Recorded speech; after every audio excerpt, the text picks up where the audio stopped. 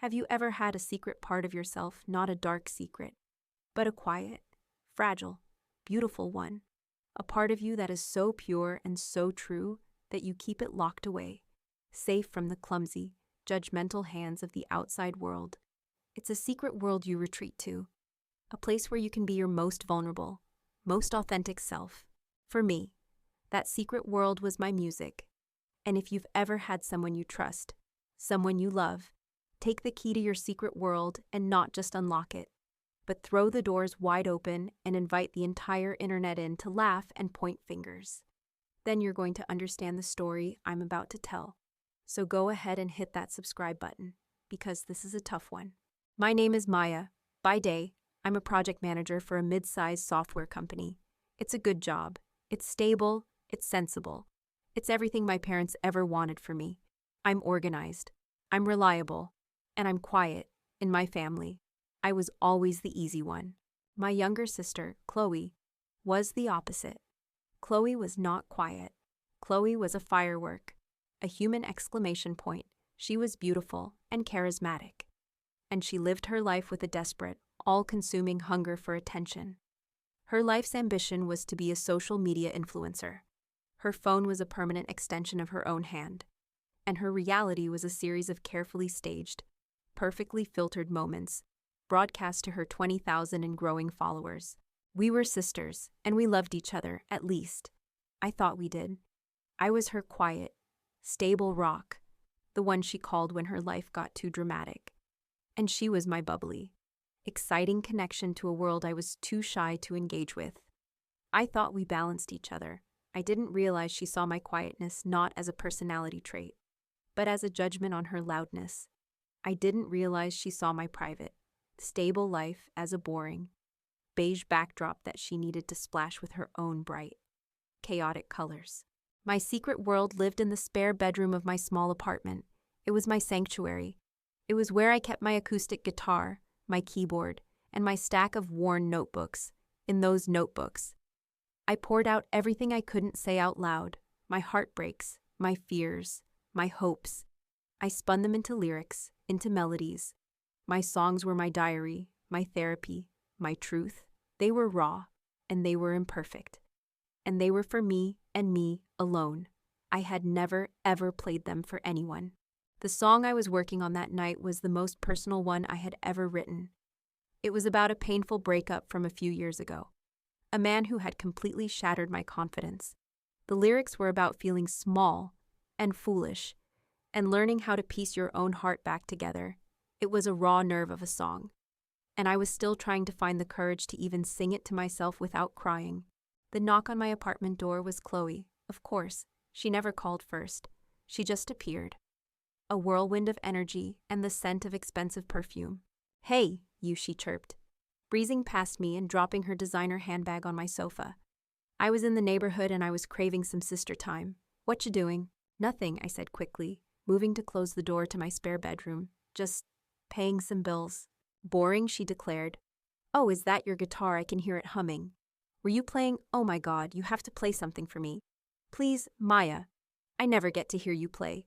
I hesitated. A deep, instinctual part of me wanted to say no, to protect my secret world. But she looked at me with her big, pleading brown eyes, the same ones she had used since we were kids to get me to do her homework or let her borrow my favorite sweater. And, as always, I caved.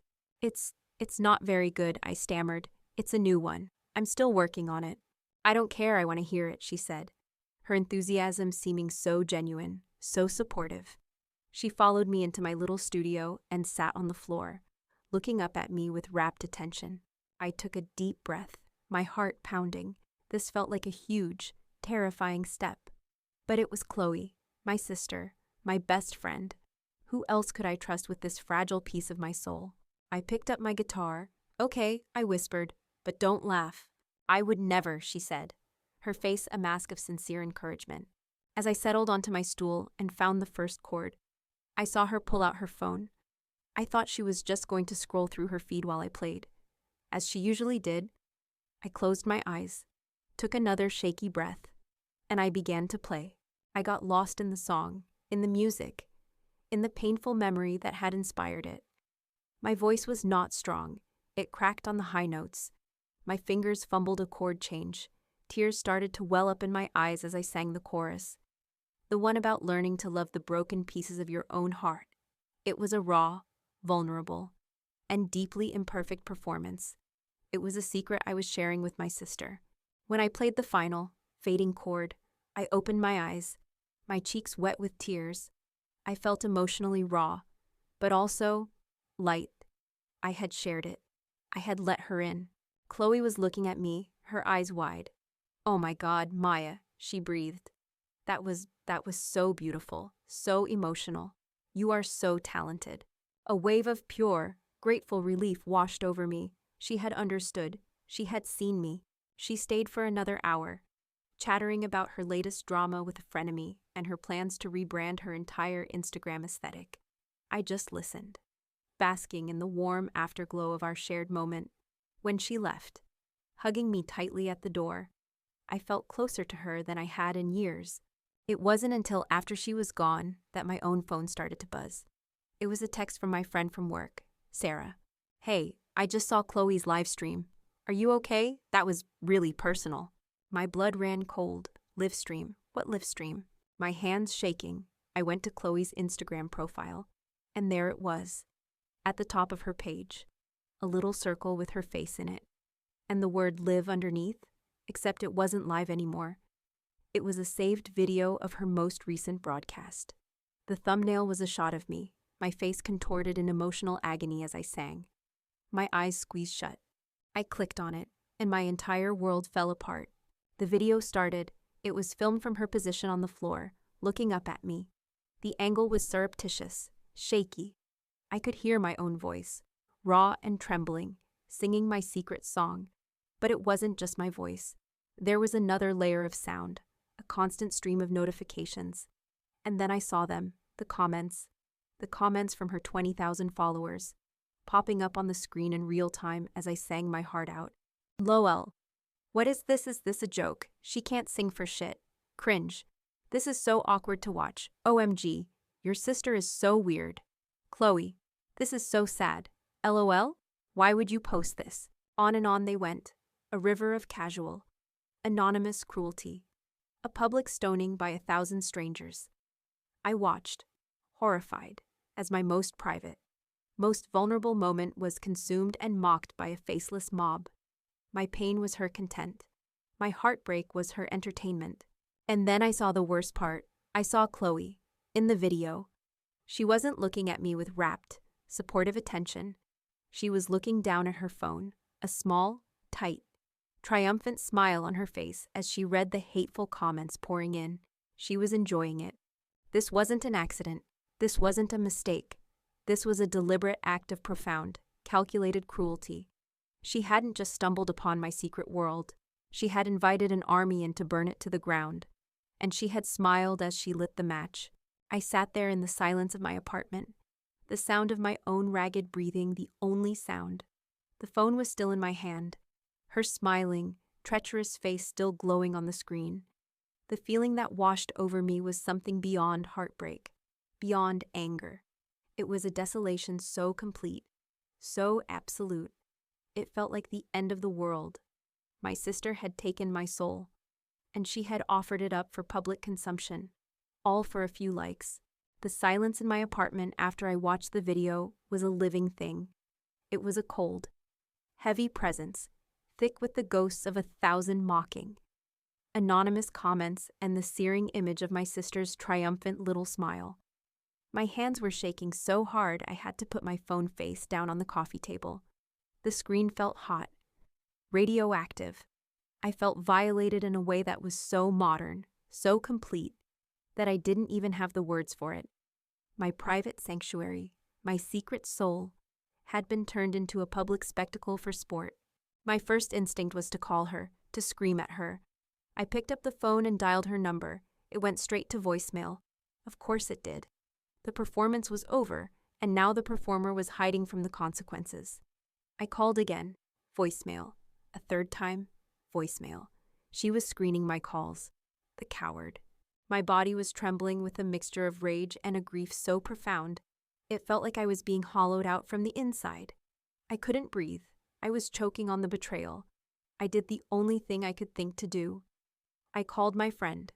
Liam? My real friend. He answered on the first ring. Hey, what's up? All I could manage was a strangled sob. Can you please come over? He was there in 15 minutes. A look of deep concern on his face. I couldn't even explain it. I just picked up my phone, my hand shaking, and I handed it to him. Just watch this, I whispered. I watched him as he watched the video. I saw his easygoing expression tighten. I saw his eyes narrow as he saw the comments pop up on the screen. I saw his jaw clench. And then, when the camera angle shifted slightly and caught that little, secret, triumphant smile on Chloe's face, I saw his expression turn to one of pure, righteous fury. He finished the video and put the phone down, his face a mask of cold anger. He didn't offer me platitudes. He didn't say, I'm sure it was a mistake. He looked me right in the eye and said the words that saved me in that moment. That was not an accident. Maya, he said, his voice low and firm. Look at the way she was holding the phone. It was angled up at you the whole time. And that smile, that was the smile of someone who was getting exactly what she wanted. She did this to you on purpose. This was malicious. His validation was a lifeline. I wasn't crazy. I wasn't overreacting. What I had seen, what I had felt, it was real. He saw it too.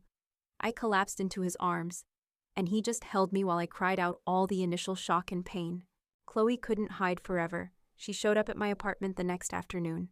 Her timing was, as always, impeccable. Liam had just left to get us some food. I was alone. She didn't just knock. She performed. I opened the door to find my sister looking like a tragic heroine from a Victorian novel. Her eyes were red and puffy, I suspected from forcing herself to cry. Not from actual tears. Her mascara was artfully smudged. She was wearing oversized sweatpants and looked small and broken. It was a brilliant costume, designed to elicit immediate sympathy. Oh my God, Maya, she wailed, rushing forward to hug me. I stood there, stiff and unresponsive in her arms. I am so sorry. I feel like the most terrible person in the entire world. She pulled back, her face a mask of Oscar-worthy anguish. I cannot believe I did that. I was just so moved by your song. I wanted to record a little piece of it, just for me, to remember. And my thumb, it must have slipped. I must have hit the go live button by mistake. I swear.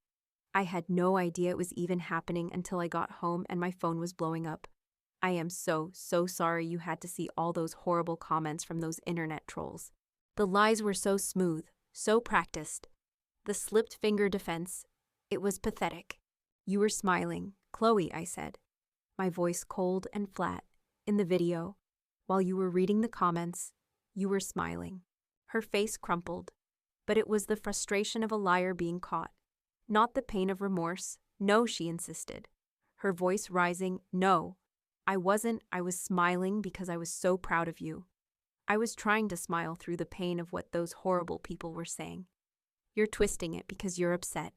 I don't blame you for being upset, but you can't accuse me of doing this on purpose. I would never, ever intentionally hurt you. I love you.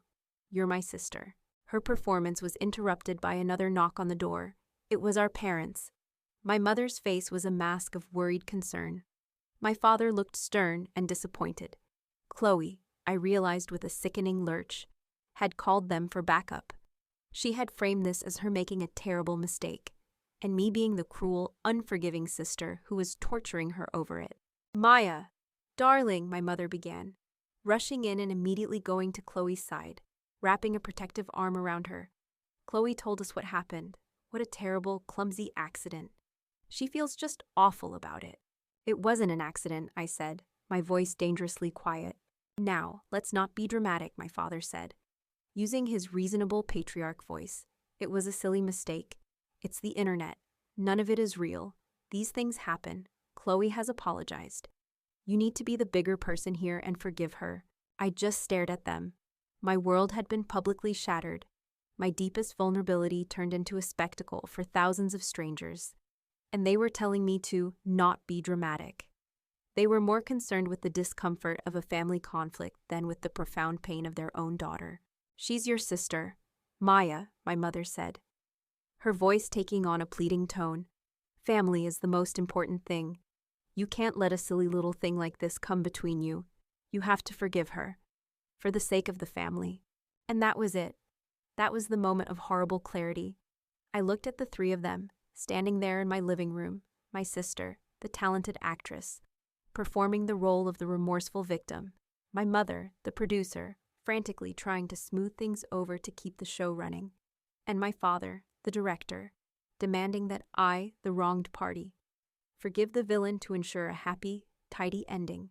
I realized this had never been just about me and Chloe. It was about the entire system of our family. A system that had been in place my whole life. A system designed to protect and enable the loud, charismatic, dramatic star Chloe at the expense of the quiet, stable, easy one me. I was the shock absorber, the one who was expected to swallow my own feelings to keep the peace, to manage Chloe's dramas, to be the bigger person. My role was to be the stage upon which my sister's life was performed. And I had played my part perfectly for 28 years. The live stream wasn't an isolated incident. It was just the most blatant, most public example of a dynamic that had been playing out my entire life. They didn't see my pain. They only saw a disruption to the family narrative. And they were all, in their own way, asking me to get back in my box, be the quiet one again, and let the show go on. A strange, cold calm washed over me. I looked at the three of them, at their expectant, worried faces. They were waiting for me to break down, to cry, to eventually give in and hug my sister, to restore the family's equilibrium. I decided to give them a different ending. "You're right," I said, my voice suddenly soft, pliable. "You're absolutely right. She's my sister.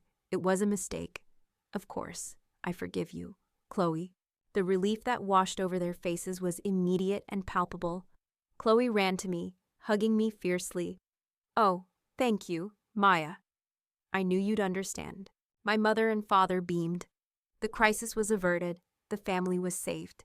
I hugged my sister back, my arms wrapped around her, but as I stared over her shoulder, my expression was not one of forgiveness.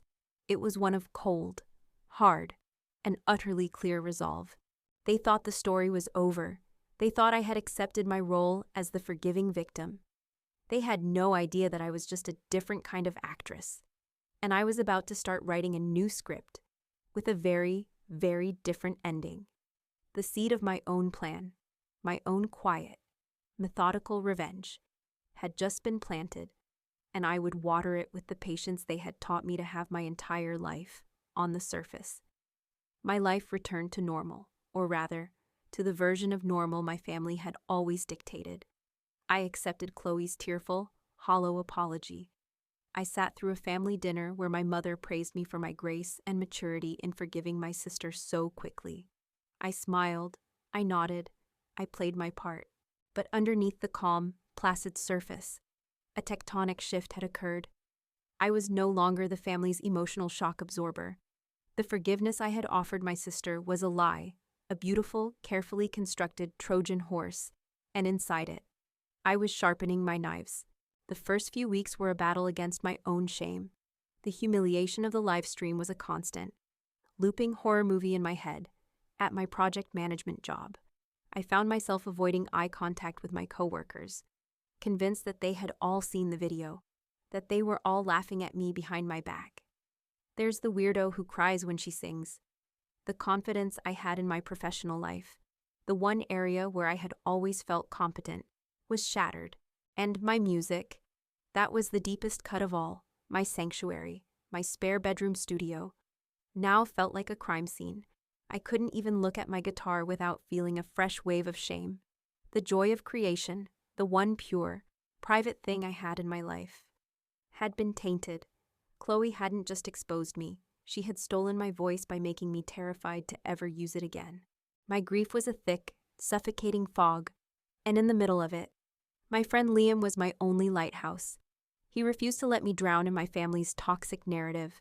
"They're gaslighting you, Maya," he said one evening, as I sat on his sofa staring into space. "All of them. They're making Chloe the victim and you the bad guy for not getting over it fast enough. It's a classic move. They need you to be the forgiving one so they can all go back to pretending they're a happy, normal family. But what do? I whispered, my voice raw. If I fight them, if I stay angry, I'm just proving their point. I'm the dramatic, unstable one. So you don't fight them, he said, his expression thoughtful, not on their terms. You can't win an argument with people who refuse to acknowledge the truth. They'll just move the goalposts. You need to change the game. He paused, looking at me. She used her phone to humiliate you with a lie, the lie that it was an accident. So what if you used your phone to expose her with the truth? A seed of an idea, a tiny, dark, and thrilling seed, began to take root in the barren ground of my grief. He was right. A direct confrontation was useless. I had tried it. It had resulted in me being painted as the villain. I couldn't win by telling people Chloe was a liar. I had to let Chloe prove it herself. My grief began to slowly, methodically, harden into a cold, quiet anger, and my anger, my project manager's brain, began to turn that anger into a strategy, a plan. The first step was the hardest.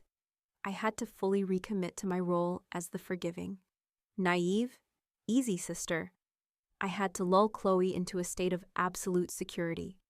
I had to make her believe she had gotten away with it, that our old dynamic was restored, that I was once again her safe, adoring audience. It was the hardest acting job of my life. I started answering her calls again. I listened to her endless, trivial dramas. Oh my God, Maya, you will not believe what Tiffany from accounting said about my new highlights. She is so fake, I can't even handle it. The old me would have offered genuine sympathy. The new me just made the appropriate noises. Oh no, that's terrible, I'd say. My voice a perfect imitation of concern, while inside I was thinking, you are the fakest person I have ever known. I went to brunch with her and my mother. I listened to my mom praise Chloe for her growing social media presence. Your sister is just so brave, putting herself out there like that, she said, looking at me with an expression that clearly implied, unlike you. I just smiled and took a sip of my mimosa. Every fake smile, every moment of endured hypocrisy, was a step closer to my goal. I was playing the long game, and I was becoming an expert at it. Meanwhile, Liam and I were doing our own kind of work. We were the secret co-conspirators. He helped me research. We learned about audio recording technology. We looked at spy pens, at tiny lapel microphones, but we realized that was too complicated, too risky. The best weapon, we decided, was the one Chloe had used herself, a smartphone. We downloaded a voice-activated recording app, one that could run silently in the background. We tested it. We figured out the optimal placement on a table to get a clear recording in a noisy environment like a cafe. We were preparing our battlefield. This process was my therapy. It gave my pain a purpose. It transformed my passive grief into active. Strategic planning. I was no longer a victim. Waiting for an apology I would never get. I was a hunter, patiently waiting for the perfect moment to spring my trap. For 2 months, I played my part. I was the perfect sister. I was the quiet, supportive wallpaper to her glittering, dramatic life. I listened, I nodded, I validated, and Chloe, a true narcissist, soaked it all up. She had no idea she was being played. Her ego, her belief in her own cleverness, made her completely blind. She saw my forgiveness not as a strategy, but as her due. The opportunity I had been waiting for came on a Tuesday afternoon. My phone buzzed. It was Chloe. Her voice was a fountain of giddy, excited energy. Maya, oh my God, you are not going to believe what happened. I have to tell you everything. Are you free for coffee tomorrow? My treat. This was it. She had news, and when Chloe had big news, she didn't just share it, she performed it, she bragged, she held court, and she wouldn't be able to resist. I knew. Recounting her greatest social victory to date, the successful humiliation of her own sister. Of course, I said, my voice a perfect imitation of excited curiosity. I'd love to. I can't wait to hear. We agreed to meet at a trendy, loud cafe downtown the next day. A place where our conversation would be just one of 100. A place where a phone sitting on the table between us would seem completely natural. I hung up the phone. My heart was pounding, but it wasn't with fear or with pain. It was with the cold, thrilling, and deeply satisfying hum of a plan about to be executed. I opened my phone. I found the voice recorder app Liam and I had chosen. I went into the settings. I made sure it was in stealth mode. I did a final test. It worked perfectly. My sister thought she was meeting me for a celebratory coffee. She had no idea she was actually walking into a deposition. And I was about to get a full confession. On the record, the art of the long con requires one thing above all else: patience. My plan was not a quick, fiery revenge. It was a slow, cold, and meticulously constructed trap. And for the next 2 months, I was the most devoted, patient, and duplicitous actress you have ever seen. I played the part of the forgiving sister to perfection. I answered Chloe's calls. I listened to her complain for 45 minutes about a brand that had sent her the wrong shade of free lipstick. I went to brunch with her and my mother and nodded along as they discussed Chloe's brilliant future as a social media icon. I was a ghost again, a smiling, nodding, supportive ghost. And Chloe, wrapped in the impenetrable arrogance of her own narcissism, bought every second of it. She believed she had won. She believed I had been successfully put back in my place, my quiet little box, and that our family's toxic equilibrium had been restored. She had no idea I was just biding my time, waiting for the perfect moment to burn the whole box down. The opportunity came on a sunny afternoon in May. Chloe called me, her voice a symphony of self-congratulation. She had just landed her first major brand deal, a multi-post contract with a new, trendy tequila company. "They're flying me to Mexico for a week," she shrieked into the phone. "To their beautiful, exclusive resort. All expenses paid, to take pictures of me looking hot while drinking their tequila. Can you believe it? My career is finally taking off." "That's amazing, Chloe," I said, my voice a perfect imitation of breathless excitement. "We have to celebrate. Let me take you out for coffee tomorrow. My treat. I want to hear every single detail." This was it. She was at the absolute peak of her arrogance and self-obsession. Her guard would be completely down. It was the perfect time. The next day, I got ready for our coffee date, with the focus of a sniper preparing for a mission. I wasn't putting on a costume to please anyone anymore. I was putting on camouflage. I chose a simple, non-threatening outfit. I put my hair in a simple ponytail. I made myself look as much like the old, boring, non-threatening Maya as possible. I got to the cafe, a trendy, loud, and chronically overcrowded place she loved 15 minutes early. I chose our table with strategic precision, a small two-top in a noisy corner, where a phone sitting on the table would be a necessity just to hear each other talk over the din. I sat down, took out my phone, and opened the voice recorder app. I placed the phone face down on the table, the microphone pointing directly at the empty chair opposite me. I did one last, quick test, pretending to check my email. The app was running silently in the background. A secret. Digital ear. The trap was set. Chloe arrived, of course, 10 minutes late, making a grand entrance. She was wearing a new, ridiculously expensive outfit, and she looked radiant with her own success. "Sorry I'm late," she said, not sounding sorry at all. "My agent called. We're already getting more offers. It's insane." For the next hour, I listened. I listened to her talk about her brand deal, her travel plans, her follower count, her new content strategy. I nodded. I smiled.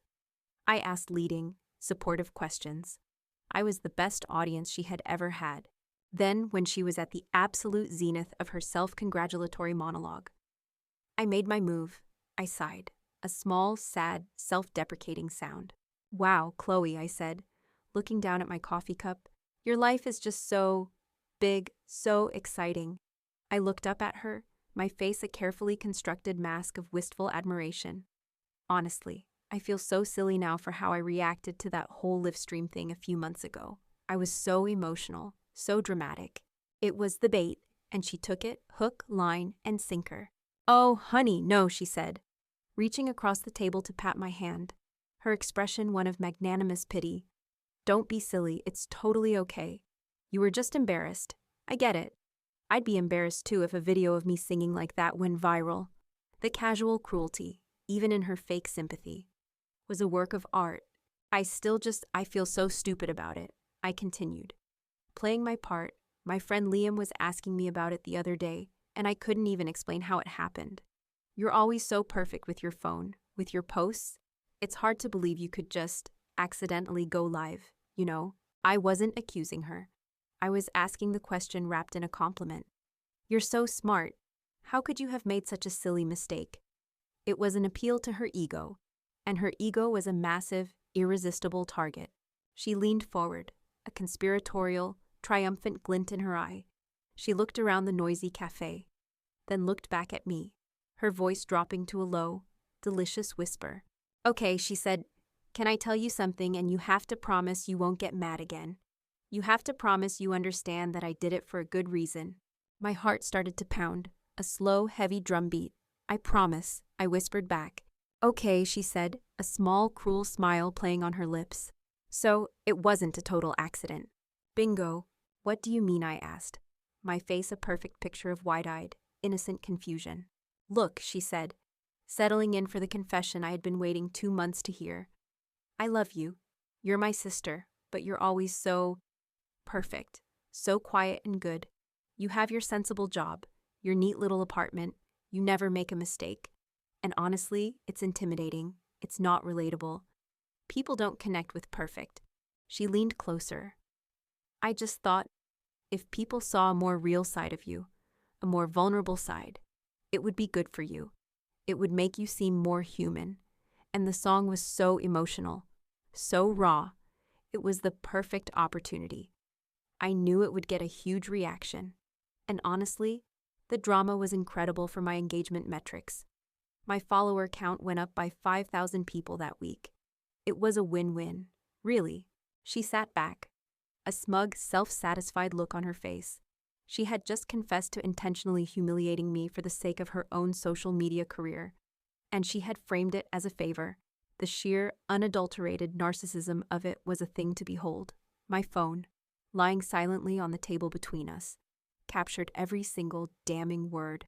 I had it. I had everything I needed. But then, the universe decided to give me a bonus. Just as I was trying to figure out how to end the conversation, Chloe's phone rang. She looked at the screen.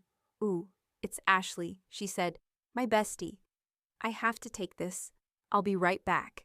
And then she did something so arrogant, so beautifully, stupidly perfect, that I almost couldn't believe my luck. She stood up to take the call, but she started talking as she walked away, her voice loud and self-important. Ash, hey, you are not going to believe where I am. I'm having coffee with my sister. Maya, yeah. The one from the video, no. She's totally fine now. She finally got over it. She even admitted she was being overly dramatic. A cold smile touched my lips. The recording was still active. I decided to give her some privacy for her phone call. I stood up and said, I'm just going to run to the restroom. I walked towards the back of the cafe, but I stopped behind a large potted plant that gave me a clear line of sight to our table. And more importantly, a clear line of hearing. Chloe was now pacing by the window, her back to me, still deep in her conversation with Ashley. And because she thought she was alone, her voice was now unfiltered, her words dripping with the casual, gleeful malice she saved for her inner circle. No, seriously, she was saying into the phone, letting out a high-pitched laugh. She totally bought my finger slipped story. She is so naive. It's almost sad. It was brilliant. I finally got to show everyone that Little Miss Perfect isn't so perfect after all. She was up there, crying, and her voice was cracking.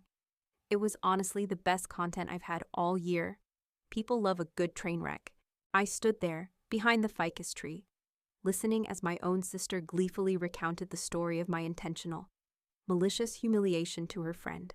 And my phone, my silent, beautiful, brilliant little spy, was sitting right there on the table, 10 feet away from her, capturing every single poisonous word.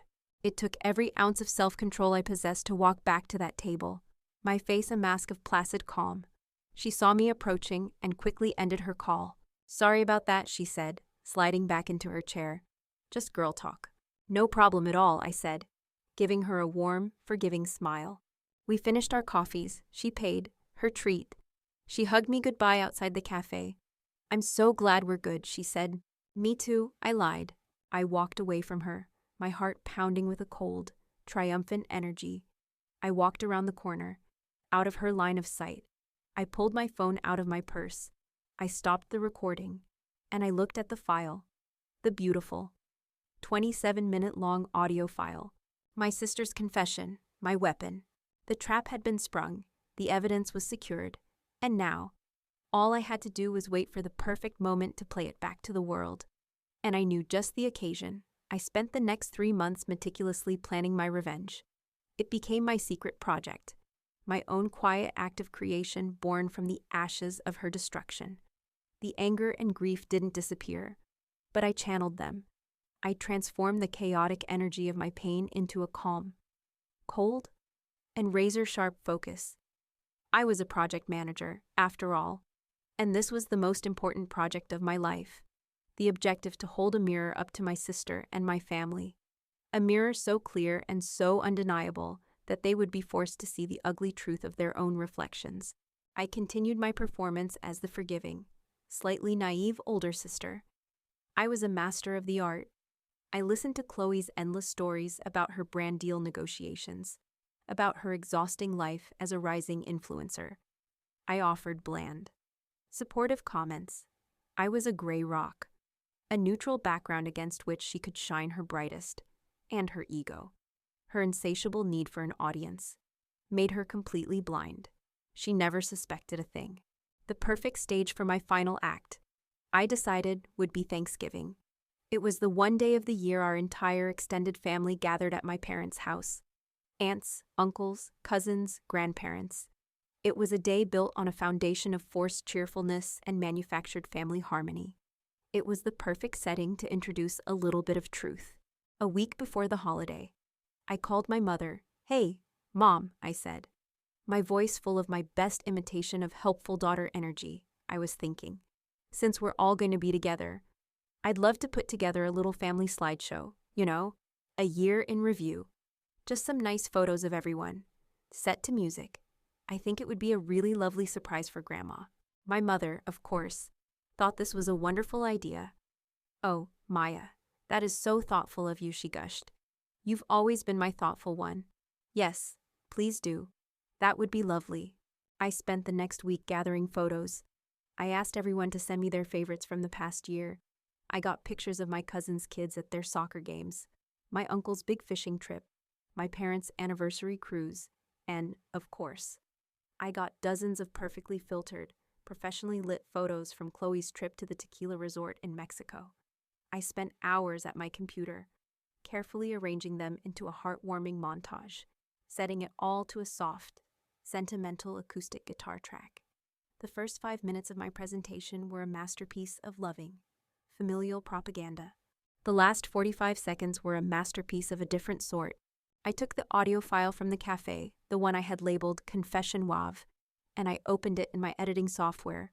I cleaned it up, removing the background noise of the clattering dishes and the espresso machine.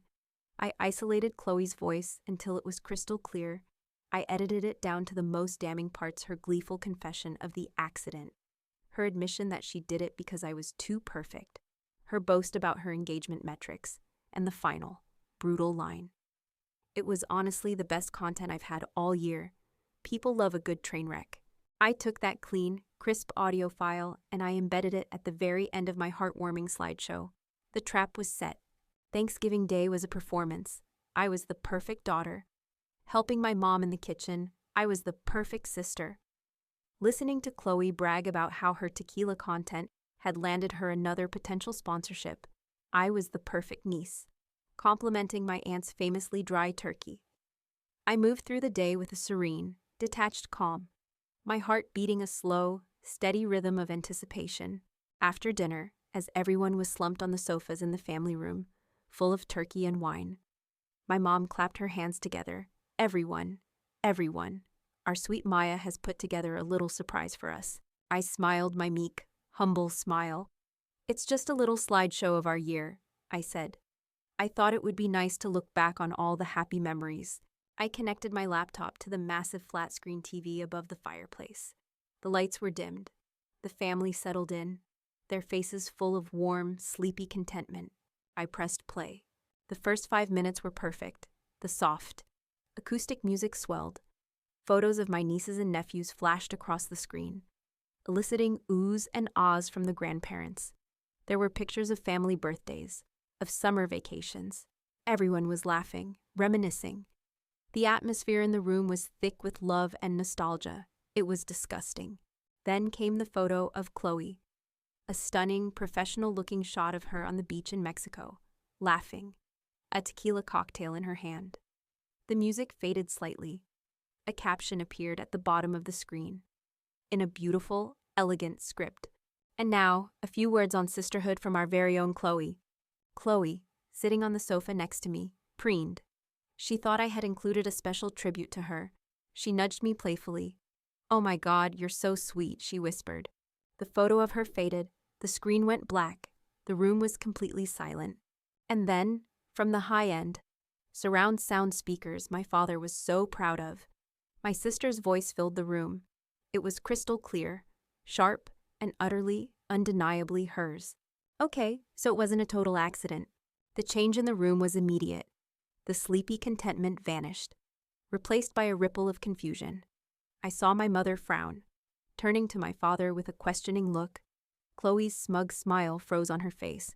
The audio continued. "You're always so perfect. Maya, the perfect job, the perfect apartment.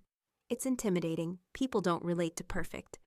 I just thought if people saw a more real side of you, a vulnerable side, it would be good for you."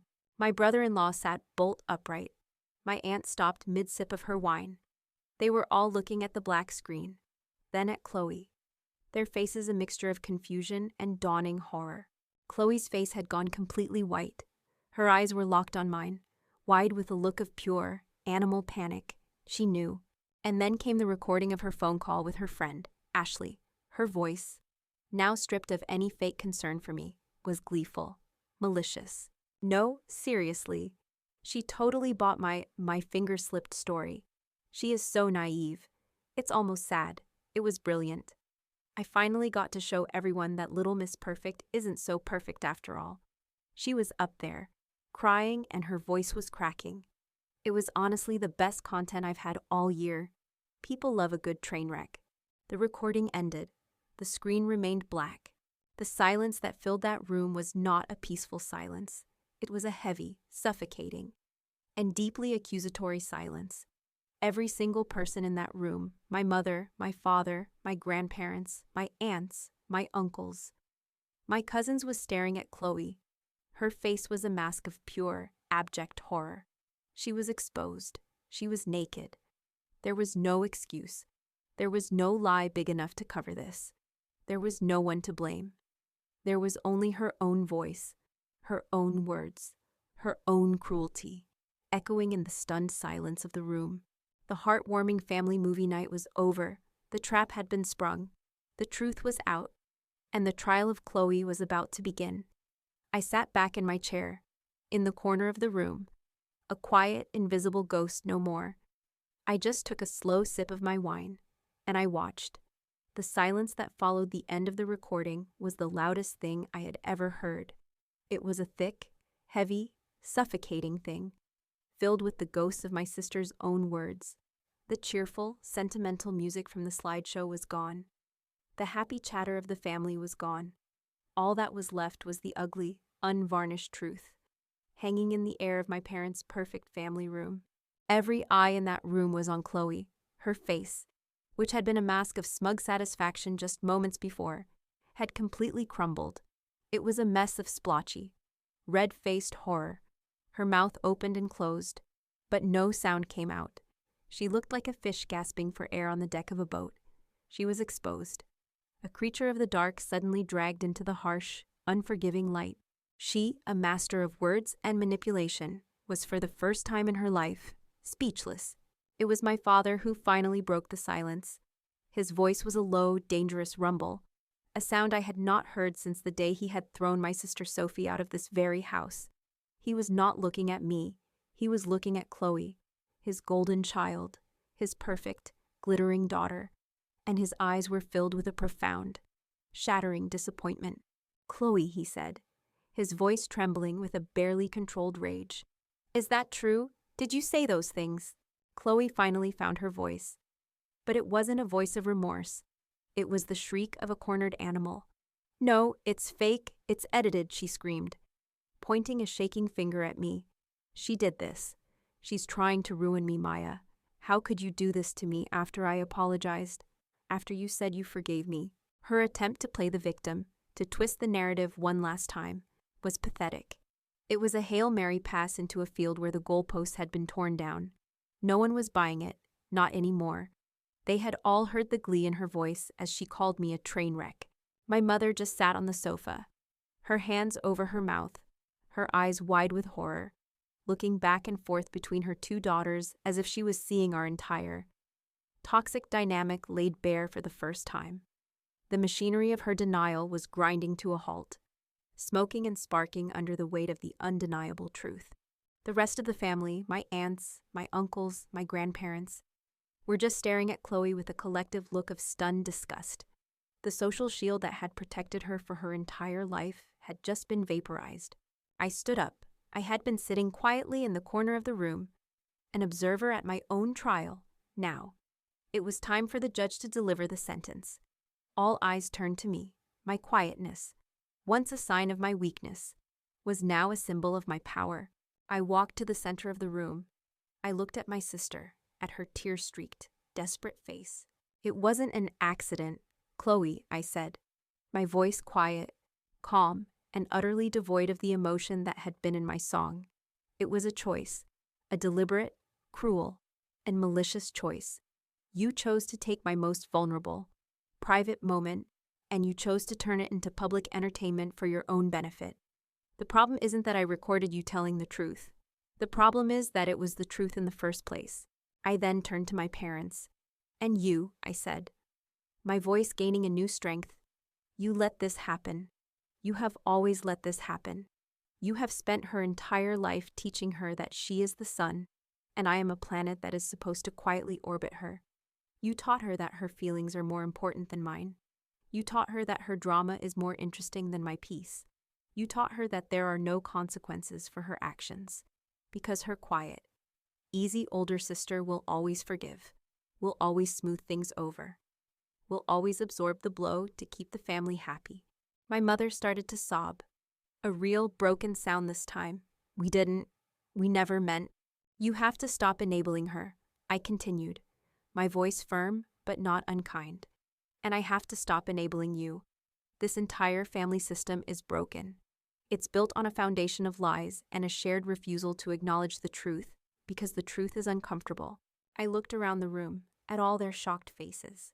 "So, this is what is going to happen now," I announced. "I am done. I am done being the quiet one. I am done being the good daughter who swallows her pain to keep the peace. I am done being your shock absorber.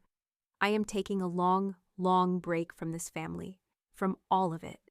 I took a deep breath. This was the hardest part, the final boundary, if and when I decide to be a part of this family again. It will be on new terms. It will be after Chloe gets real. Professional help for the jealousy and the narcissism that made her do this.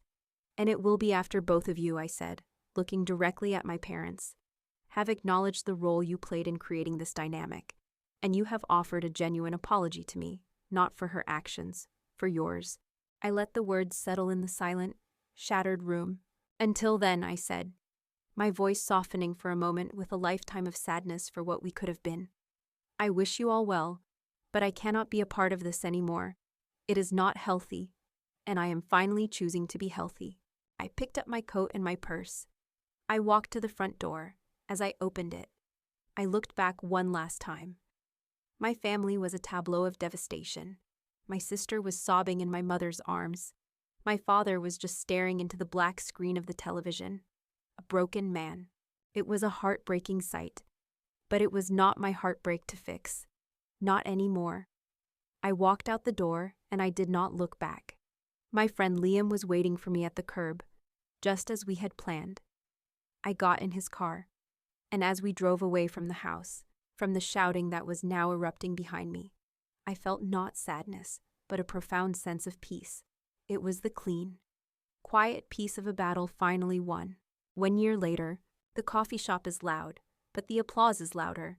I finish the last chord of my song, the one about the train wreck.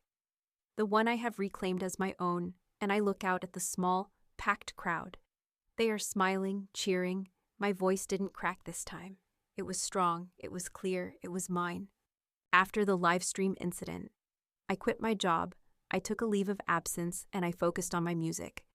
I started going to open mic nights, terrified at first, but with each performance, I grew stronger.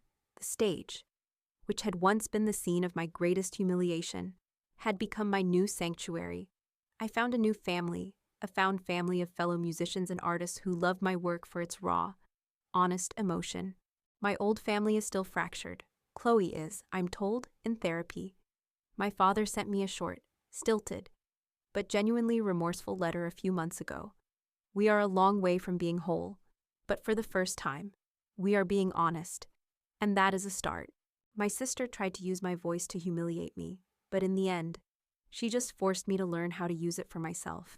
She thought my most vulnerable moment was a train wreck she could broadcast to the world, but she didn't understand like a train wreck is what happens right before you clear the tracks. It's what happens right before you finally have the space to build a new, better line, going in a direction that is entirely your own. And my new journey is just beginning. Thank you for listening. If you've ever had to find your voice and stand up for yourself, I want to hear all about it in the comments. Like, subscribe, and remember that you are the only one who gets to be the author of your own story. Make it a good one.